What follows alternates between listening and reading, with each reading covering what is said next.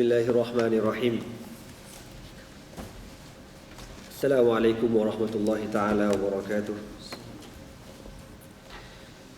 Alhamdulillahi rabbil alamin. Wassalatu wassalamu ala sayyidina Muhammadin wa ala alihi wa sahbihi ajma'in. Allahumma alimna ma yanfa'una wa anfa'na bima 'allamtana wa zidna ilman wa amalan mutaqabbalan warzuqna rizqan halalan katsiran wasi'an ya arhamar rahimin. Allahumma inna qad istawda'nak bima 'allamtanahu fardudhu ilayna inda hajatina ilayhi wa la tunzina ya rabbal alamin. Allahumma akhrijna min dhulumatil jahli wa akrimna bi nuril ilmi wa ahsin akhlaqana bi nuril hilmi wa sallallahu ala sayyidina Muhammad wa ala alihi wa sahbihi wa baraka wa sallam, amma ba'd. Alhamdulillah, bersyukur kita kepada Allah Subhanahu wa taala kerana dengan taufik dan hidayahnya dapat sama-sama kita berkumpul lagi pada petang ini.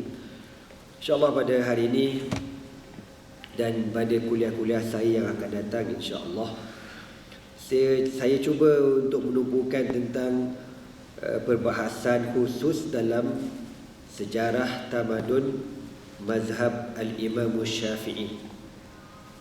Memandangkan kita di Malaysia ataupun di tanah Melayu ni, boleh dikatakan majoriti orang Melayu bermazhab dengan mazhab Syafi'i.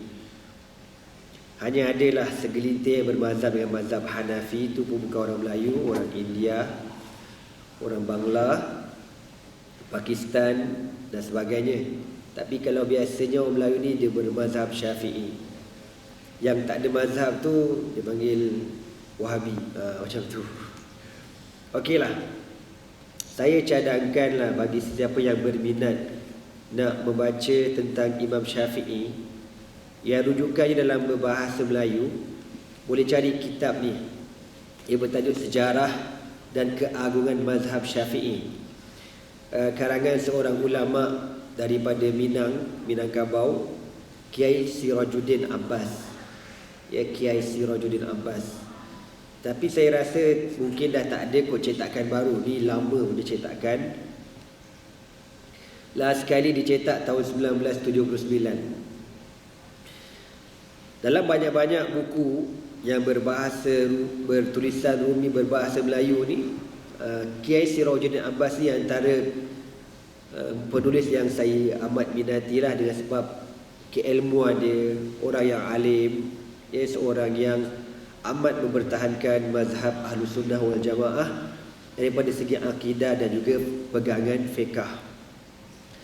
Pakai sejarah ringkas tentang Al-Imam Syafi'i rahimahullahu ta'ala.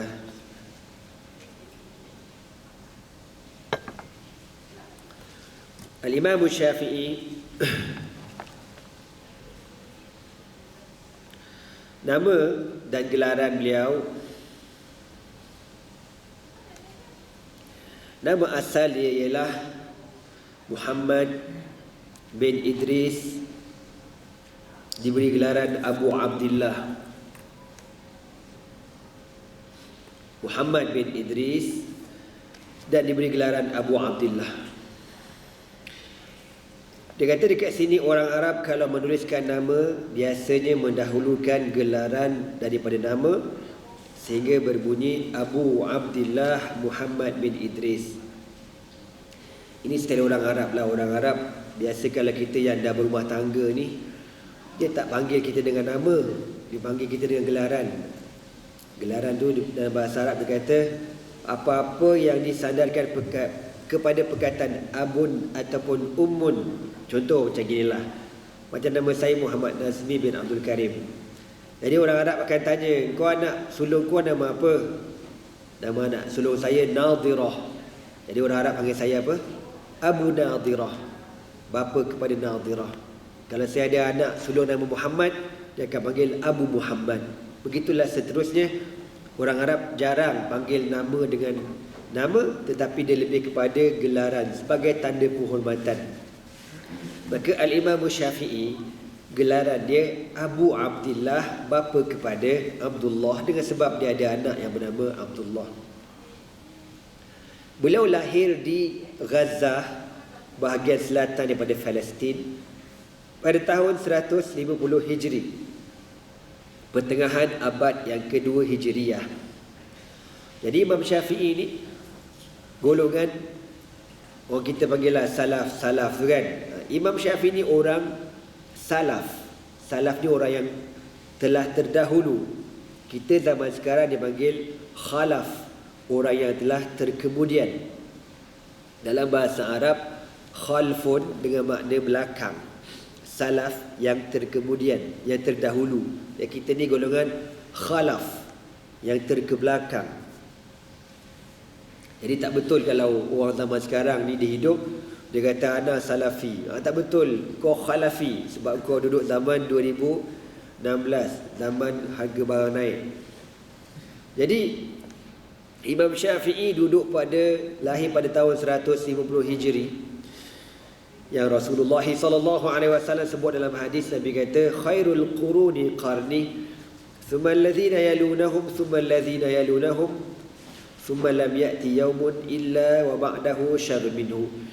Nabi kata sebaik-baik kurun ialah kurun aku. Satu kurun ialah 100 tahun. Mana 100 tahun yang pertama itu yang paling baik. Thumma alladhina yalunahum, kemudian kurun yang kedua tahun 200 Hijri. Imam Syafi'i lahir pada tahun 150 Hijri, maknanya dia duduk dalam kurun yang terbaik. Thumma alladhina yalunahum, kemudian kurun setelah pada kurun itu 300 tahun Hijri. Itulah 300 tahun ataupun 3 kurun yang terbaik. Kemudian apa kata Nabi? Thumma lam ya'ti yaumun, kemudian tidak datang satu hari, illa wa ba'dahu syarrun minhu, kecuali keesokannya lebih teruk pada hari ini. Betul Nabi kata, makin hari makin teruk, makin hari makin teruk. Mau tak teruknya? Harga minyak mentah turun, kita naik. Harga aku memang tak faham. Serius aku tak faham. Bengong kepala aku mikirnya tu. Minyak masak naik sampai RM20 5 kilo. Apa kejadiannya negara kita ni? Terkenal ke seorang menteri tu kan, yang penuh confident, dia kata apa? Saya percaya dah, saya ulangi kenyataan saya. Bila kita laksanakan GST, kita akan melihat harga barang turun. Aku rasa nak bagi lutut dekat telur dia. Kata macam mana? Allahu akbar, la haula wala quwwata illa billah. Cakap banyak-banyak sakit hati. Kita doalah biar Allah Taala cepatkan mampu pokok ni, insya-Allah. Amin. Tu je lah jawapannya. Jadi Nabi kata, "Tsumma lam ya'ti yaumun", kemudian tidak akan datang satu hari nanti kecuali esok lagi teruk, lagi teruk, lagi teruk. Betul Nabi kata. Dan kita sekarang sedang melalui hari-hari yang semakin teruk, semakin teruk, semakin teruk. Hari ni macam ni, besok macam mana, wallahu alam. Kalau di Syria tu jangan cakaplah. Semakin hari berperang, wallahu alam. Ada ahli sejarah mengatakan bahawa Imam Syafi'i lahir di sebuah tempat bernama Asqalan. Jadi pendapat pertama kata Imam Syafi'i lahir dekat Gaza di Palestin. Pendapat yang kedua kata di Asqalan, tetapi kedua-dua perkataan ini tak berbeza sebab Asqalan dan Gaza terletak dalam wilayah yang sama. Asal usul Imam Syafi'i, kampung halaman Imam Syafi'i bukan di Gaza. Imam Syafi'i bukan orang Palestin, tetapi asalnya daripada Makkah, daripada Hijaz. Ibu bapanya datang ke Gaza untuk satu keperluan, kemudian beliau lahir di situ. Jadi ditadikan Allah, mak bapak Imam Syafi'i ini datang ke Palestin, ada tugas berniaga ke macam mana, wallahu alam. Dan masa on the way ke sana, mak Imam Syafi'i sedang mengandung. Sampai-sampai kat sana, Imam Syafi'i pun lahir, beranak kat sana.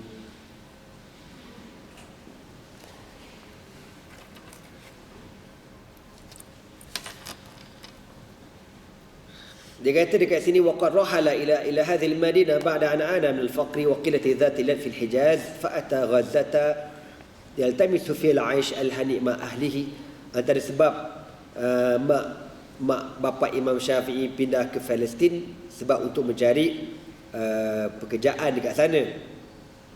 Wa ba'da wiladati Muhammad bi amaini tufi al-ab.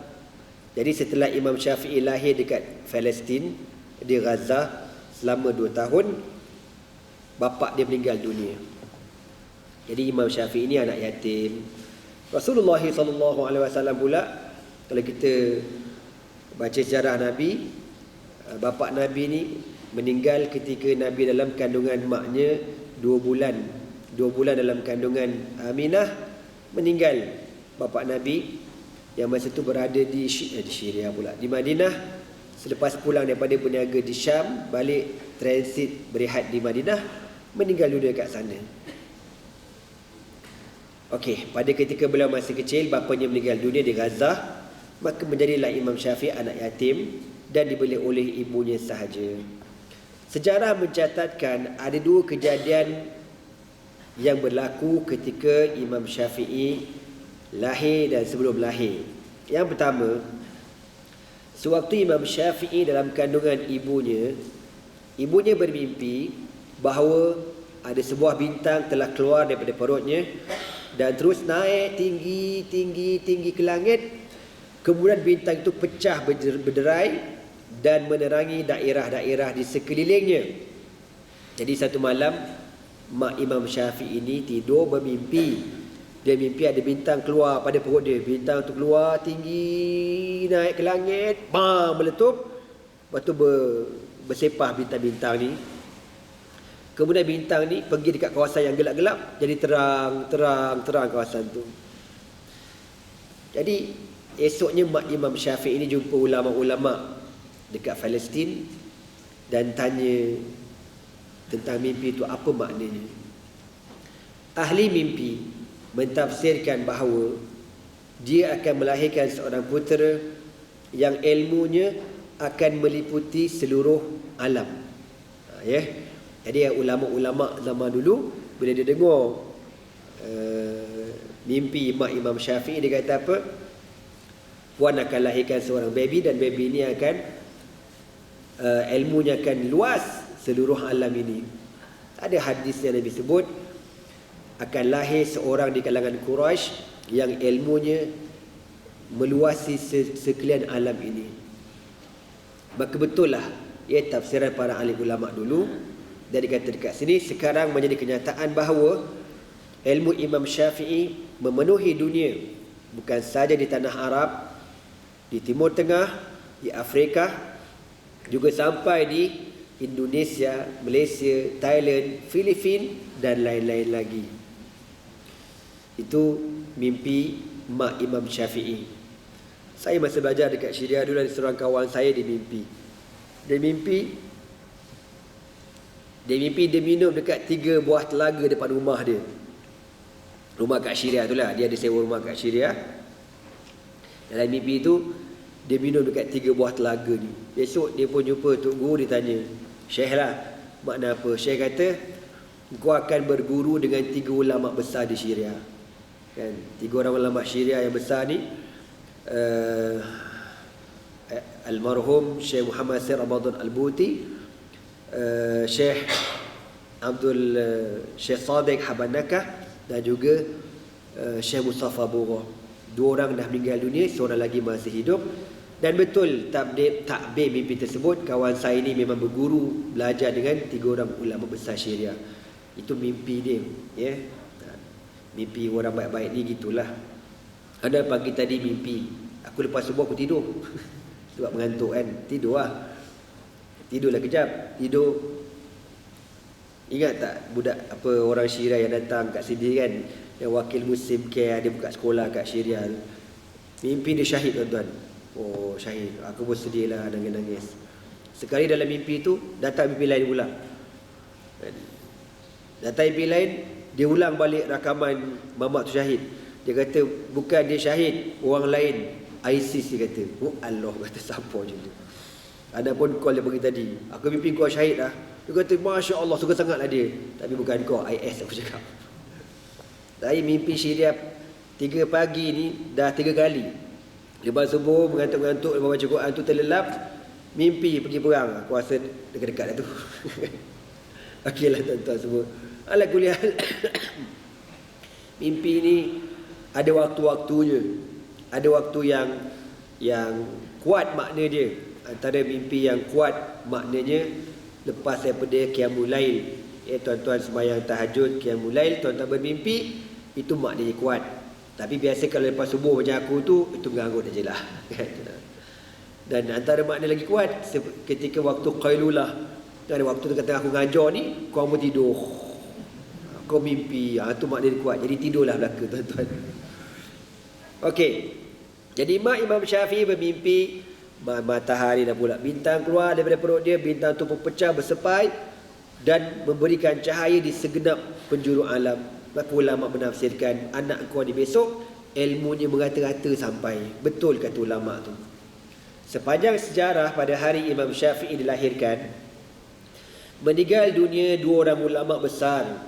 Seorang di Baghdad bernama Imam Abu Hanifah Nu'man bin Thabit, dan seorang lagi di Makkah, Imam Ibnu Jurayj Al-Makki. Kedua-dua ni merupakan ulama yang terkenal, yang hebat di tanah Arab ketika itu. Imam Abu Hanifah, Imam Syafi'i tak sempat bertemu dengan Imam Abu Hanifah. Imam Syafi'i sempat berguru dengan Imam Malik.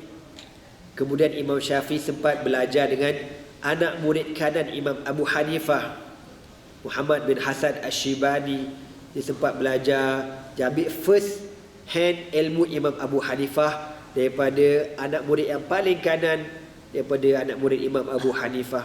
Jadi kalau ikut segi tua, Imam Abu Hanifah yang paling tua, yang kedua Imam Malik, ketiga Imam Syafi'i, keempat Imam Ahmad bin Hanbal. Jadi Imam Syafi'i sempat berguru dengan Imam Malik beberapa tahun. Lepas tu dia pergi ke Iraq belajar dengan anak murid Imam Abu Hanifah. Lepas tu dia pergi dekat Iraq, dekat Baghdad juga bertemu dengan Imam Ahmad bin Hanbal. Imam Ahmad bin Hanbal belajar dengan Imam Syafi'i. Jadi kalau tengok mazhab ni, dia bersambung tau. Imam Ahmad bin Hanbal tu guru dia siapa? Imam Syafi'i. Imam Syafi'i tu guru dia siapa? Imam Malik. Jadi Imam Syafi'i di waktu yang sama belajar dengan anak murid Imam Abu Hanifah. Imam Malik bin Anas berguru dengan siapa? Berguru dengan tabi'in, para sahabat Nabi radhiyallahu taala anhum ajma'in. Sebab tu empat mazhab ni Allah Taala jaga sampai sekarang. Sebab tu kita tak boleh nak kata aku tak ikut mazhab, dan aku ada pendapat aku sendiri. Apa dah lah kau baca Quran betul-betul terbalik nak buat mazhab ni. Jadi kita ni kena ikut, kena ada mazhab. Okey, jadi dua ulama besar meninggal pada hari kelahiran Imam Syafi'i ataupun pada tahun 150 Hijri, ialah Imam Abu Hanifah dan juga Imam Ibnu Jurayj Al-Makki. Keturunan Imam Syafi'i rahimahullahu ta'ala. Dengar elok keturunan Imam Syafi'i, dan kita orang Melayu ni sepatutnya berbangga kenapa kita bermazhab Imam Syafi'i. Okey, di keturunan dia keturunan beliau ialah Muhammad bin Idris bin Abbas bin Uthman bin Syafi'. Moyang Imam Syafi'i diambil daripada moyang tu Syafi', jadi bubuh ke dia Imam Syafi'i. Anda tak tahu kenapa dia ambil kat moyang tu. Kenapa tak ambil dekat atuk, kenapa tak ambil dekat abah, kenapa tak ambil nama kampung, saya tak tahu kenapa. Macam contoh Imam Nawawi kan. Imam Nawawi nama dia apa? Nama dia Nawawi lah ustaz. Apa dia lah kau? Nama dia bukan Nawawi, nama dia Mahyuddin Syarafuddin kan. Nawawi itu nama kampung dia, dia asal Nawah, jadi disebut kepada Nawah Nawawi. Macam orang duduk Mekah lama, duduk Mekah dia panggil Maki. Orang Banjar Al-Banjari, Jawa Al-Jawi kan. Apa lagi? Minangkabau, Minangkabawi, Melaka Lahabawi. Gitulah tuan-tuan dan seterusnya. Jadi Imam Syafi'i dia ambil nisbah kepada moyang dia Syafi'. Muhammad bin Idris bin Abbas bin Uthman bin Syafi' bin Sa'ib. Sa'ib ini merupakan sahabat Nabi yang pergi perang Badar, bukan sembarangan. Bin Abu Yazid bin Hashim bin Abdul Muttalib bin Abdi Manaf bin Qusay bin Kilab. Perasan tak keturunan itu tuan-tuan? Ke tak pernah dengar? Kalau tak pernah dengar, kau ucap baik semulalah. Abdul Manaf bin Qusay menjadi moyang yang ke-9 daripada Imam Syafi'i, merupakan moyang yang keempat daripada Nabi Muhammad sallallahu alaihi wasallam. Okey, kita tengok pula keturunan Nabi Muhammad. Macam mana? Muhammad bin Abdullah bin Abdul Muttalib bin Hashim bin Abdi Manaf bin Qusay bin Kilab. Jadi senang cerita, senang bahasanya, Imam Syafi'i merupakan keturunan Rasulullah sallallahu alaihi wasallam. Berbanggalah kita ni orang Melayu, kan? Kita ni bermazhab Syafi'i dan Imam Syafi'i ni keturunan Rasulullah sallallahu alaihi wasallam. Imam Malik bapaknya bukan daripada keturunan Nabi, bapaknya orang Yaman, daripada keturunan orang Yaman. Imam Abu Hanifah orang Parsi, Imam Ahmad bin Hanbal orang Iraq radhiyallahu taala anhum ajma'in. Tapi Allah mentakdirkan Imam Syafi'i ini memang betul-betul salsilahnya merupakan salsilah dengan Nabi sallallahu alaihi wasallam. Terang dan jelas bahawasanya salsilah ini Imam Syafi'i merupakan senenek semoyang dengan Nabi Muhammad sallallahu alaihi wasallam. Sebab tu kita ni biarlah ikut mazhab Syafi'i betul-betul. Jangan nak belagak. Ana dululah beberapa tahun dulu ana dengar ajar satu kilang dekat Shah Alam ni. Tak nak sebutlah kilang mana atas sebab-sebab keselamatan. Jadi masa tu sembahyang asar, kita pun habis sembahyang asar, masa time makan tu budak kilang ceritalah, dia kata, "Ustaz, kejap lagi ada satu geng masuk sembahyang, dia tak sembahyang kali dengan kita." Dia kata, "Kenapa tak sembahyang kali?" Sebab dia kata kita orang sembahyang tak betul. Kenapa? Sebab dia kata sebab korang ikut Imam Syafi'i, kita orang ikut Nabi. Oh, macam tu. Jadi satu geng ni jadi sembahyang sama-sama dia. Sebab dia kata cara sembahyang kita orang ni ikut Nabi. Korang punya sembahyang tak betul pasal kau ikut Imam Syafi'i. Aku tanya dia balik, "Abi, Imam Syafi'i ikut siapa?" "Ikut kedai mamak." Sepak muka kau tahu. Nah, inilah belajar tidak, kan? Lepas tu belajar celok-celok, buka YouTube, search dekat Google. Lepas tu menjahannamkan diri sendiri, menjahannamkan orang ramai. Sedap-sedap kata Imam Syafi'i tak ikut Nabi. La hawla wa la quwwata illa billah. Imam Syafi'i diberi gelaran Nasirus Sunnah. Nanti kalau panjang umur dan rezeki, tuan-tuan akan baca apa sebab kematian Imam Syafi'i dengan sebab mempertahankan hadis Nabi sallallahu alaihi wasallam. Okey tuan-tuan semua. Jadi Imam Syafi'i keturunan Rasulullah sallallahu alaihi wasallam. Itu pada segi belah abah dia, belah mak dia pula. Adapun daripada belah mak, dia kata dekat sini maknya Fatimah binti Abdullah bin Hasan bin Husain bin Ali bin Abi Talib radhiyallahu taala. Belah mak pula keturunan Sayyidina Ali. Ada dua riwayat lah. Riwayat pertama kata belah mak sampai ke Sayyidina Ali. Ada pendapat kedua kata tak, belah mak Imam Syafi'i tak sambung sampai ke Sayyidina Ali, keturunan orang lain. Tak apalah, tak kisahlah belah mak, yang penting bin bapa tu sampai kepada Rasulullah sallallahu alaihi wasallam. Apa-apa pun sebenarnya keturunan ni taklah penting mana. Walaupun satu kebanggaan lah kan, keturunan Nabi. Tapi kalau kau keturunan Nabi tapi kau jahil, belajar tidak apa tidak, tak mulia juga. Kan? Kalau kira keturunan Nabi, Abu Lahab keturunan Nabi. Kan pakcik Nabi itu. Kan bukan sembarang kan. Okey tuan-tuan. Sepanjang sejarah diketemukan bahawa Sa'ib bin Abi Yazid, moyang Imam Syafi'i yang kelima, adalah sahabat Nabi SAW yang hadir dalam peperangan Badar. Jadi baik dipandang pada segi keturunan darah maupun dipandang daripada segi keturunan ilmu, maka Imam Syafi'i rahimahullah merupakan kaum kerabat Rasulullah SAW. Gelaran Syafi'i yang diambil daripada Imam Syafi'i merupakan daripada moyang yang keempat yang bernama Syafi'i bin Sa'ib. Kembali ke Makkah Al-Mukarramah. Setelah Imam Syafi'i berusia 2 tahun, dia dibawa ibunya kembali ke Makkah Al-Mukarramah, kampung halaman beliau, dan tinggal di Mekah selama lebih kurang 20 tahun sampai tahun 170 Hijriah. Ulama khilaf, ada kata Imam Syafi'i duduk dekat Mekah sampai umur 13 tahun, ada kata 20 tahun dan sebagainya. Selama beliau berada di Makkah, Imam Syafi'i berkecimpung dalam menuntut ilmu pengetahuan khusus yang bertalian dengan agama sesuai dengan kebiasaan anak-anak orang Islam ketika itu. Jadi zaman ni zaman hebat, zaman orang mengaji agama belaka kan. Zaman ni tak ada bidang-bidang tuan-tuan ni. kan, bidang apa, petrol tak reti aku nak sebut dah, chemical engineering ni semua bid'ah belaka, kau tahu tak? Mana ada zaman tu. Jadi zaman ni semua tumpukan agama belaka. Sebagai dimaklumkan dalam sejarah pada abad yang pertama dan kedua Hijri, umat Islam dikatakan di zaman keemasan, dipanggil Al-Asrul Zahabi, zaman kemuncak umat Islam, zaman keemasan. Segi pemerintahan Islamnya, keberkatannya, kekayaannya, ilmu, hebat zaman tu.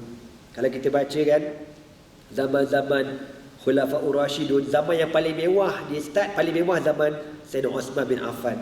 Nak tahu mewah tak mewah? Setiap minggu ada peruntukan untuk rakyat. Bukan beri setahun sekali, kau tahu. Tiap-tiap minggu. Bila dia kenakan beri, dia pau kat sini. Tak, no. Jadi rakyat setiap minggu dia ada giliran. Minggu ni pergi jumpa Baitul Mal akan bagi duit. Okey. Minggu depan ambil kain ela, tahu tak? Ada jekyll dekat Madinah gitu tu. Kau nak berapa ela? Anak kau berapa orang? Berapa tak cukup? Siap, ambil, bawa balik, buat jubah, buat baju, ambil. Lepas tu makanan, tepung, sampai saya pernah baca, sampai madu pun dia bagi sekali, tuan-tuan. Bukan bermadu, madu. Tu nak khabar zaman keberkatan.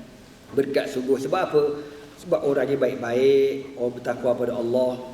Kita pada hari ni, nyampah je aku nak cakap. Serius aku menyampah.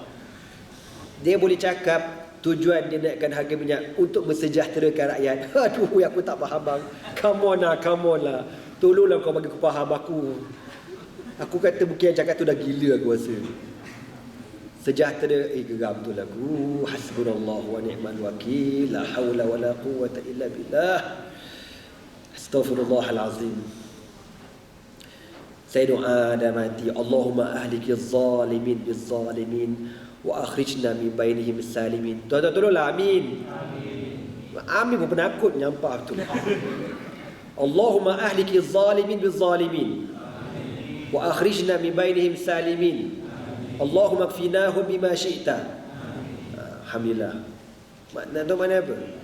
Ya Allah, kau hancurkan orang zalim bersama dengan orang zalim, dan kau keluarkan kami di kalangan mereka dan kena selamat. Kita selamat, kau buat zalim dia hancur belaka. Amin. Kita amin pun tak berani. Astaghfirullahalazim. Okey tuan-tuan semua.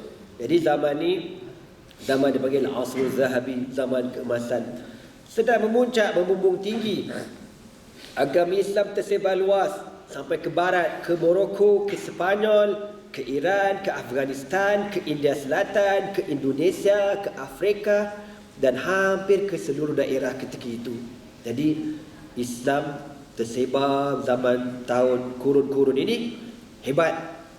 Pada abad-abad ini yang berkuasa adalah Khalifah Ar-Rashidin, Khalifah Bani Umayyah, Khalifah Bani Abbas, yang terkenal bukan sahaja dengan keberanian tetapi juga perkembangan ilmu pengetahuan.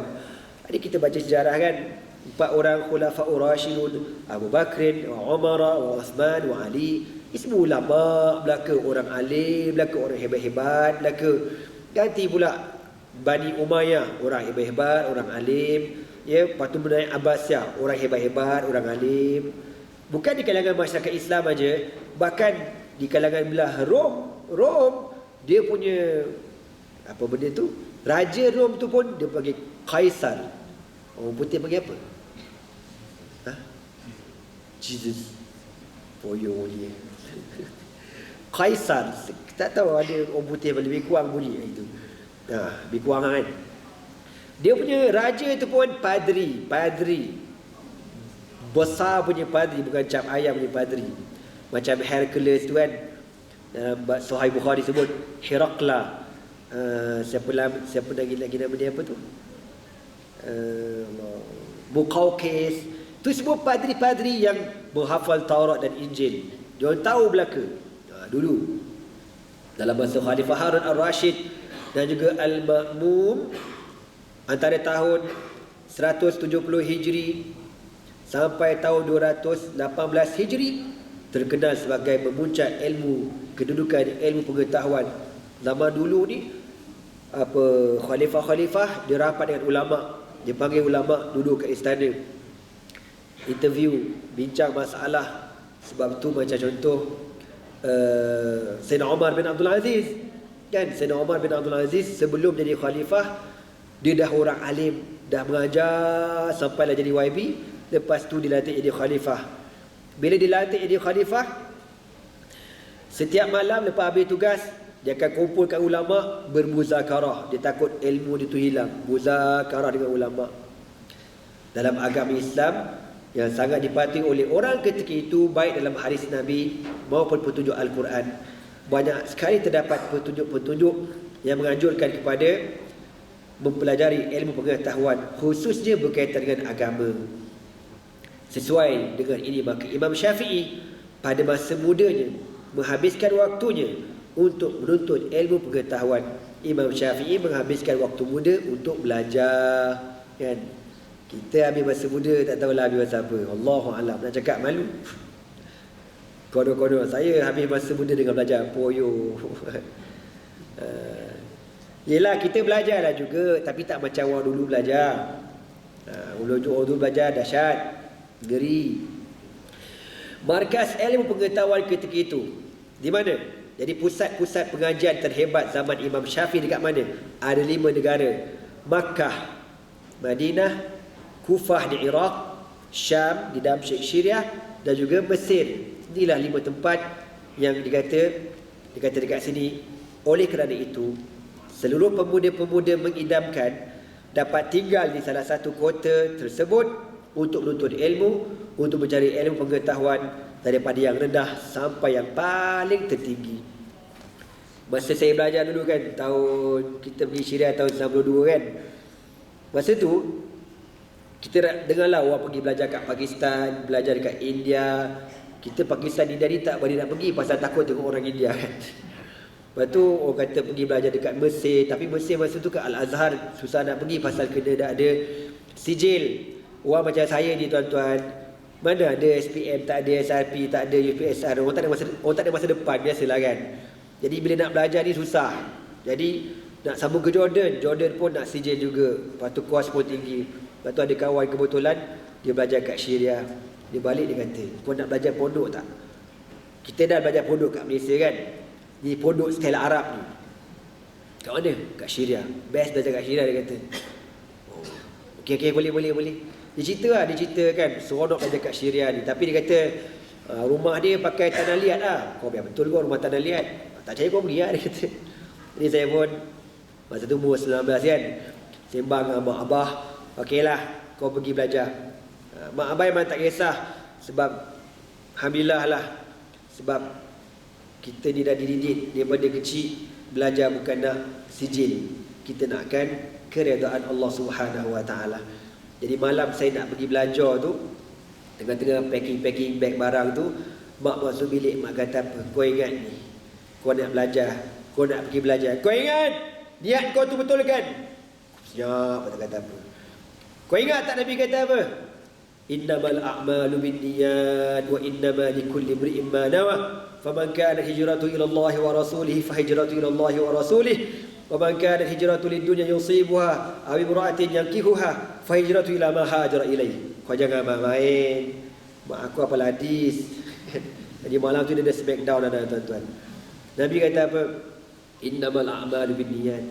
Sesungguhnya segala amalan kita berdasarkan apa yang kita niatkan. Faman kana hijratuhu ila Allah wa rasulih. Barang siapa yang berhijrah kerana Allah dan kerana Rasul. Maknanya siapa yang pergi belajar kerana Allah, kerana Rasulullah, fa hijratu ila Allah wa rasulih. Maka hijrahnya akan mendapatkan Allah dan Rasul. Manakala kau belajar kerana itu, kau akan dapat keridaan Allah dan Rasul. Wa man kana hijratu lidunya yusibuha aw imra'atin yankihuha fa hijratu ila ma hajara ilaih. Tapi kalau kau berhijrah, kau belajar kerana nak dunia. Contoh. Dia belajar, kenapa belajar ni? Kita belajar pertama nak ilmu. Lepas tu dapat sijil. Lepas tu bila kita dah pandai, dah alim, kita balik Malaysia, orang ambil kita kerja. Dia akan tengoklah, ni lulus apa? BA, Honors, Masters, jadi PhD. Wah, masyur. Tujuannya apa tuan-tuan? Al-fulus. fid dunya wal mampusu fil akhirah. Tu tujuannya. Maka tak betul.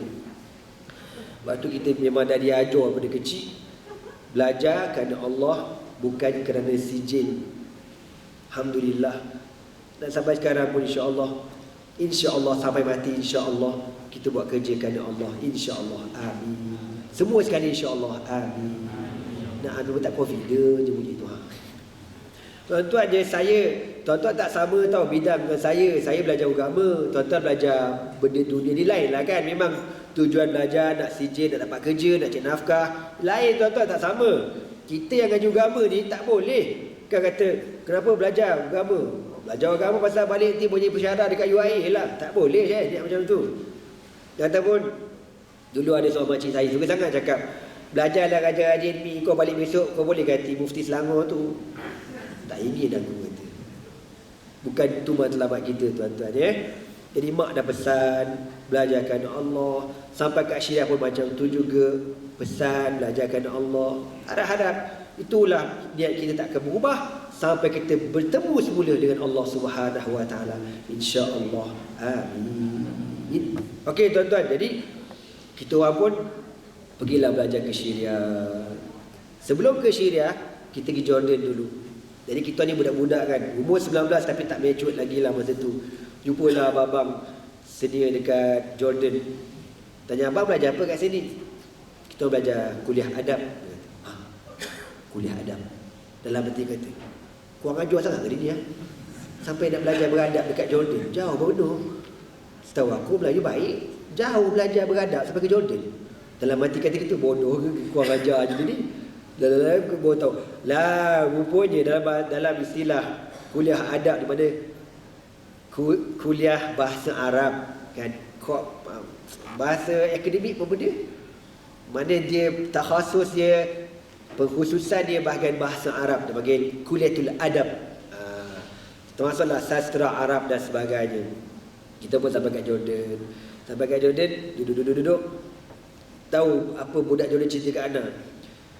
Dia tak cakap Syria ni bagus belajar ilmu tak. Dia kata apa? Kau pergi Syria nanti, kau pergi satu pasar. Pasar tu Suq Hamidiyah. Kau pergi dekat pasar tu, kau duduk kat tengah-tengah, nanti kau nampak awet lalu. Awet juga dia ajar aku. Kau akan tengok awet yang lalu ni lawa. Dia kata, lawa sangat. Jadi dia kata bila awet ni lalu, dia pun pergi lalu, kau jangan follow dia, biarkan dia berlalu. Sebab apa? Sebab yang belakang dia lagi lawa. Bila kau dah tengok yang kedua ni pun, kau biarkan dia berlalu. Sebab yang belakang tu lagi lawa. Dia ajar tu. Aku pun try lah. Ya sungguh tuan-tuan. Yang orang syarikat lawa-lawa. Gitulah nak kabarnya. Okey lah. Saya pun pergi. Ni nak sajalah ke ala-ala dah bercerita-cerita je lah. Bila belajar kat sana, nak belajar kat Mahat ni, kena ada, dia panggil apa? Recommend daripada syekh-syekh di Syria.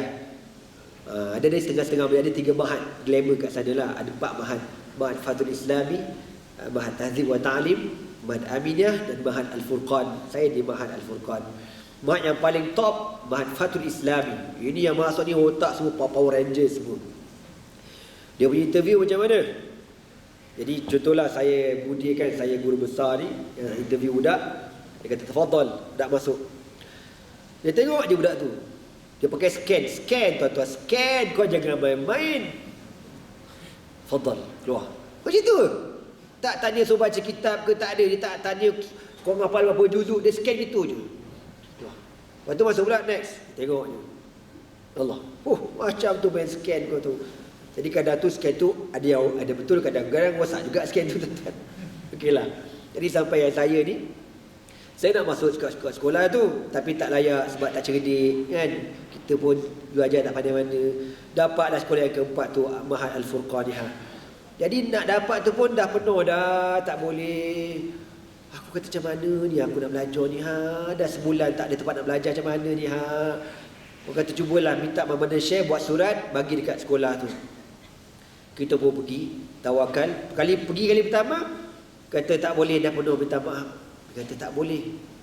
Sebab dia orang kalau ambil kita, dia akan sponsor semua tahu. Belajar, asrama, duit kocek, duit makan, semua dia tanggung. Dia buat macam tu. Tak payah bayar yuran walaupun 10 sen. Anak kata apalah, aku tak duduk asrama pun tak apa, aku duduk rumah pun tak apa. Saya kata apa tak apa, nanti tengok ada kekosongan ke tidak. Aku ni doa. Dah putus asa lah, orang kata putus angin. Sampailah kita nak masuk ke Ma'had Lughah. Ma'had Lughah ni Ma'had Bahasa. Tapi Ma'had Bahasa ni dia terlalu sosial kan. Campur dengan apa, awek Rusia lah, awek Jepun kan. Tak apa pasal aku pada bahasa Jepun lah kan. Tadi Allah, Alhamdulillah, Allah izinkan saya belajar dekat Ma'had Furqan tu. Apa saya kata boleh. Tapi sementara ni kau tak boleh duduk asrama sebab asrama dah penuh. Kau datang tiap-tiap hari kat sekolah. Okeylah, Alhamdulillah, dapatlah masuk sekolah. Kita umur 19, masuk-masuk dia berbuah aku daya 1. Daya 1 berapa umur budak masa tu? 12 tahun. 12 tahun. Dia tak tahu sisi syariah macam mana, tapi dalam tu ada umur 12, umur 8, umur 9. Kita paling tua. Tapi dek kerana kita Melayu pada kecil, sama level. Oh lemah. Tak nampak tu lah kan. Sebab tu aku sampai sekarang awet muda. Sekian dimaklumkan. Jadi aku kata macam mana pula aku nak belajar dengan budak ni ha. Tuan-tuan tahu budak Arab belajar macam mana? Aduh, pening kepala. Dia melompat sana, dia melompat sini, nyorok bawah meja. Lepas tu bila Syekh datang, bersepah lagi. Lepas tu Syekh kata, "Ya Allah, ikra." Syekh kata, "Ngapal." Yang tak ngapal. Satu hari tu kan, kita ni Melayu senyap. Oh, tak faham. Tak faham apa benda aku ni. Syekh kata, "Ghadan, indana wazifi." Syekh kata, apa benda Syekh kata? Ghadan, sorry, dia kata, "Ba'da ghadin indana wazifi." Syekh kata. Aku dengar ba'da ghadin. Ba'da lepas ghadin ni besok, lusa lah. Lusa, okey, aku faham lusa. Indana wazifi. Wazifah. Kita tak tahu tau. Yang kita tahu dalam bahasa Arab ni, kalau isim nama tu ada ta marbutah, wazifah, nama perempuan lah tu. Wah, mungkin ada awet datang kat sekolah ni. Wazifah, Syarifah, Fatimah, ni semua perempuan belaka. Lantak kau lah. Sekali besok, lusa saya masuk kelas. Ya Allah, syabab, aina wazifi? Syekh kata. Syekh kata, mana wazifi? Aku buat bodoh. Budak semua buka beg, keluarkan. Datang apa wazifah ni? Kata, kau tak buat ke? Oh dia. Dia kata wazifah ni homework lah mangkuk. Siapa ni?